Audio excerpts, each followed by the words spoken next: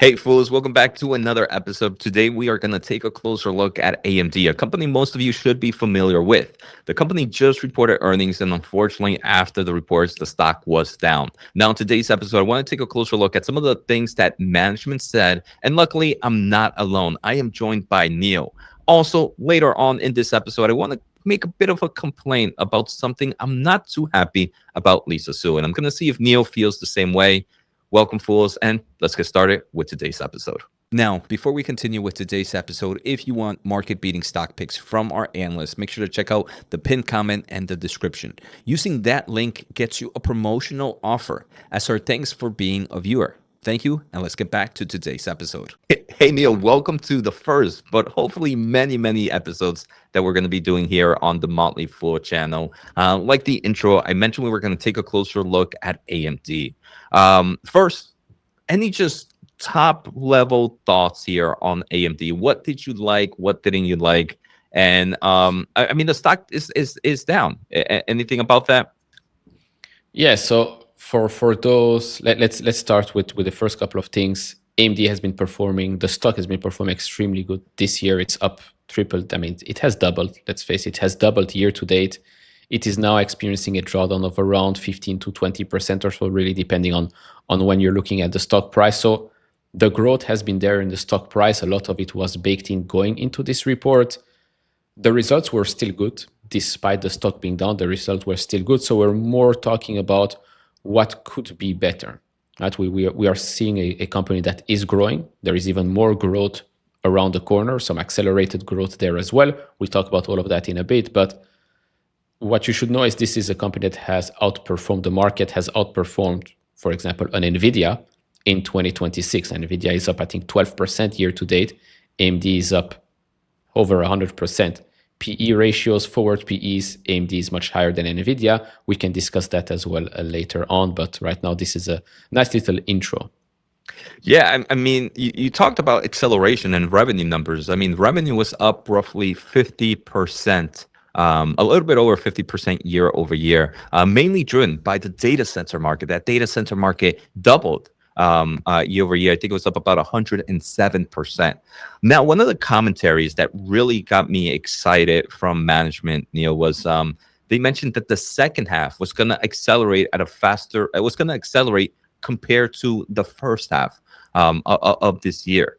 They also gave kind of commentary about 2027, where they expected to at least double throughout the earnings call. I think we also even had Lisa Su go a little bit more and kind of saying, when we're talking about double, we're not talking about just 100%. I think she mentioned to think higher than 100%.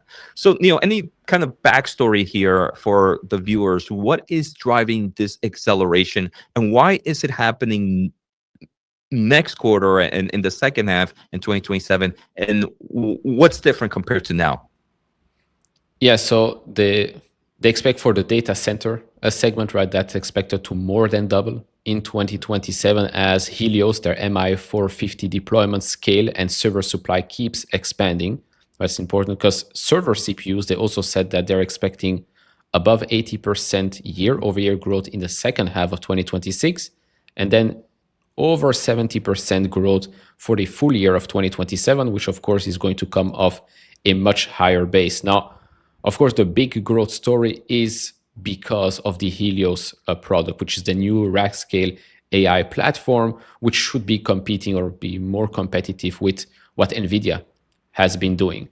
And of course, since that is a new product which should be highly competitive, it is normal to see an acceleration in growth because all of their customers are probably waiting to maybe diversify a bit away from NVIDIA if, of course, the results are the same, if not exceeding. Right now, we had the MI355 series, which has been performing well.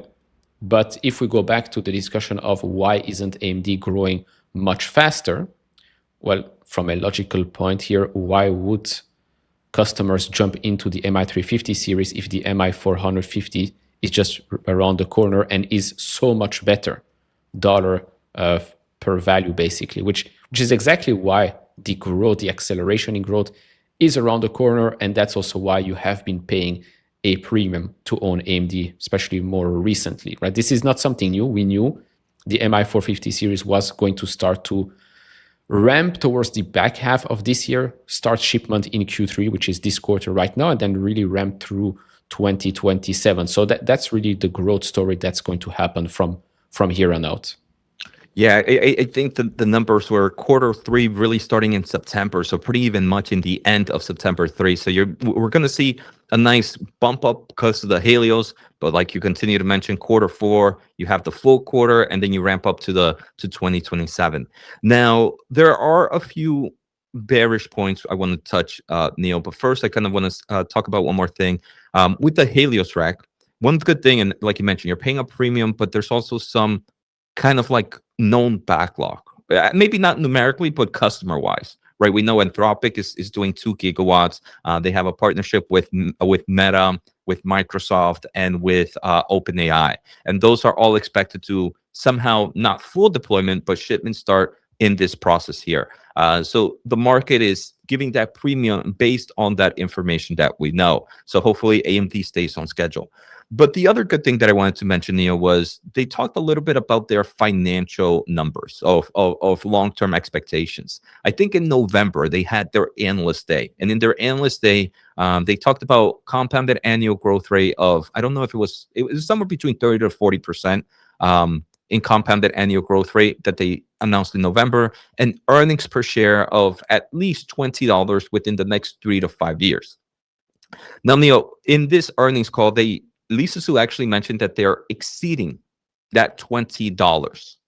To me, exceeding is something big. It's not like you're going to get $21 or $22. I'm thinking 25 plus. And I've been an investor of AMD for a long time that I feel Lisa Su sandbags a lot. So if she tells me 3 or 5 years, I'm going to put it closer to the 3-year than to the 5-year. Thoughts there? Am I I know you've been an AMD investor as well. When you hear that exceeding number for the financial earnings per share and 3 to 5 year, how do you see it numerically wise, and how do you see the timeline as well?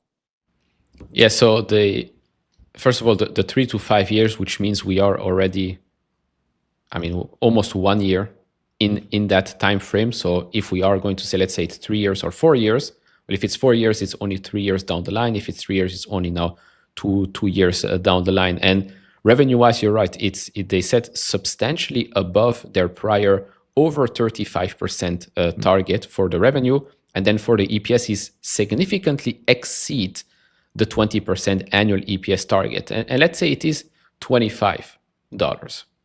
If it's $25 and we take today's price, then it's trading at around 18, 19 times earnings. But then again, it's earnings 3 years out. So I don't know how many people would like us to use a PE ratio that's 3 years out, but it looks much better than the 58 times that we have right now. Like you said, they usually give us long-term or mid-term guidance, and either they raise it, like the total addressable market for the AI accelerator one. It has also been increasing every couple of quarters. But you're right that Lisa Su is not the kind of CEO that puts a target and never meets it. It's usually they put a target, and if they know they're going to exceed it, then they probably will increase that target, which is something that we've seen happen over the past couple of quarters. So, yeah, as long, and it's not just an AMD thing, it's for many other companies out there. If you have a medium-term target or a longer-term target, and as long as you're still on track to meet or beat it, I'm completely fine. Doesn't matter what happens in the short run. Stock can go down, stock can go up. But if you are going to go and reach above $20 EPS 3 years down the line, if you're still expected to grow above 35% revenue for the next couple of years, I don't really care that much if the stock is down now 7%. After it's been up over 100% year to date. But yeah, it's we know we've talked about this time and time again. We would always like to get more information from Lisa during the call, which is something that we didn't really get for a couple of quarters. Analysts also ask questions every single quarter. It's the same, but we don't really have that clear-cut answer. But hey, as long as the long-term or medium-term target doesn't really change on the downside, I'm good.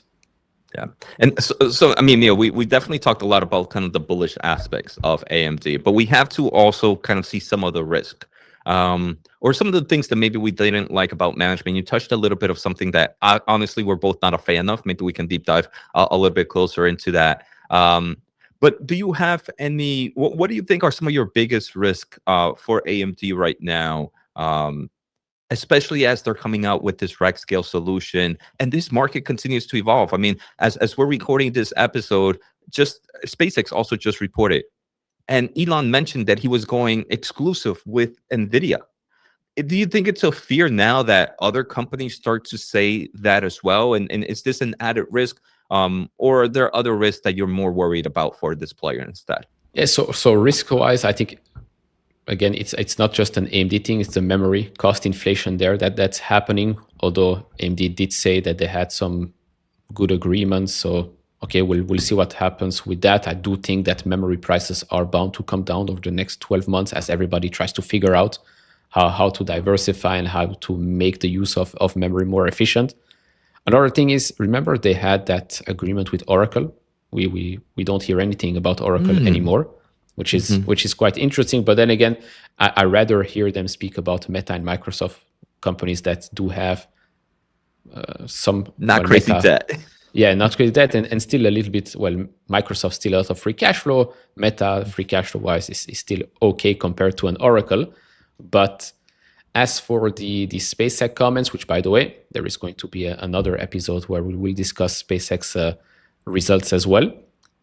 It's quite interesting because AMD is also an investor in XAI. So I don't know exactly how they'll take it. So if XAI SpaceX wins and they don't buy from AMD, then AMD wins as well because they are invested in SpaceX XAI. So I don't know how that works out, and if those comments from Elon yesterday were so well received by AMD leadership. But it's not. I mean, we know that NVIDIA dominates the market, right? They still have over, 85%, close to 90% maybe of the market right now. The market is growing, so there is going to, of course, be a place for AMD. There's going to be a place for everybody that's creating their own chips, right? TPUs are gaining a lot of traction, actually. Amazon's Trainium, Graviton are gaining a lot of traction as well, mostly for internal workloads. Okay, that's fine, but I'm not that surprised that a SpaceX is going with NVIDIA only. We've seen some new cloud players, right? A Nebius, a CoreWeave. Seems like they're also only going with NVIDIA, which makes sense because NVIDIA is an investor in those companies and financially they are helping them out. But is it a risk? No, because if AMD's products are really so good, then the customers will come. If it isn't, then yeah, the fact that people are going or companies are going exclusively with NVIDIA is the least of our issues.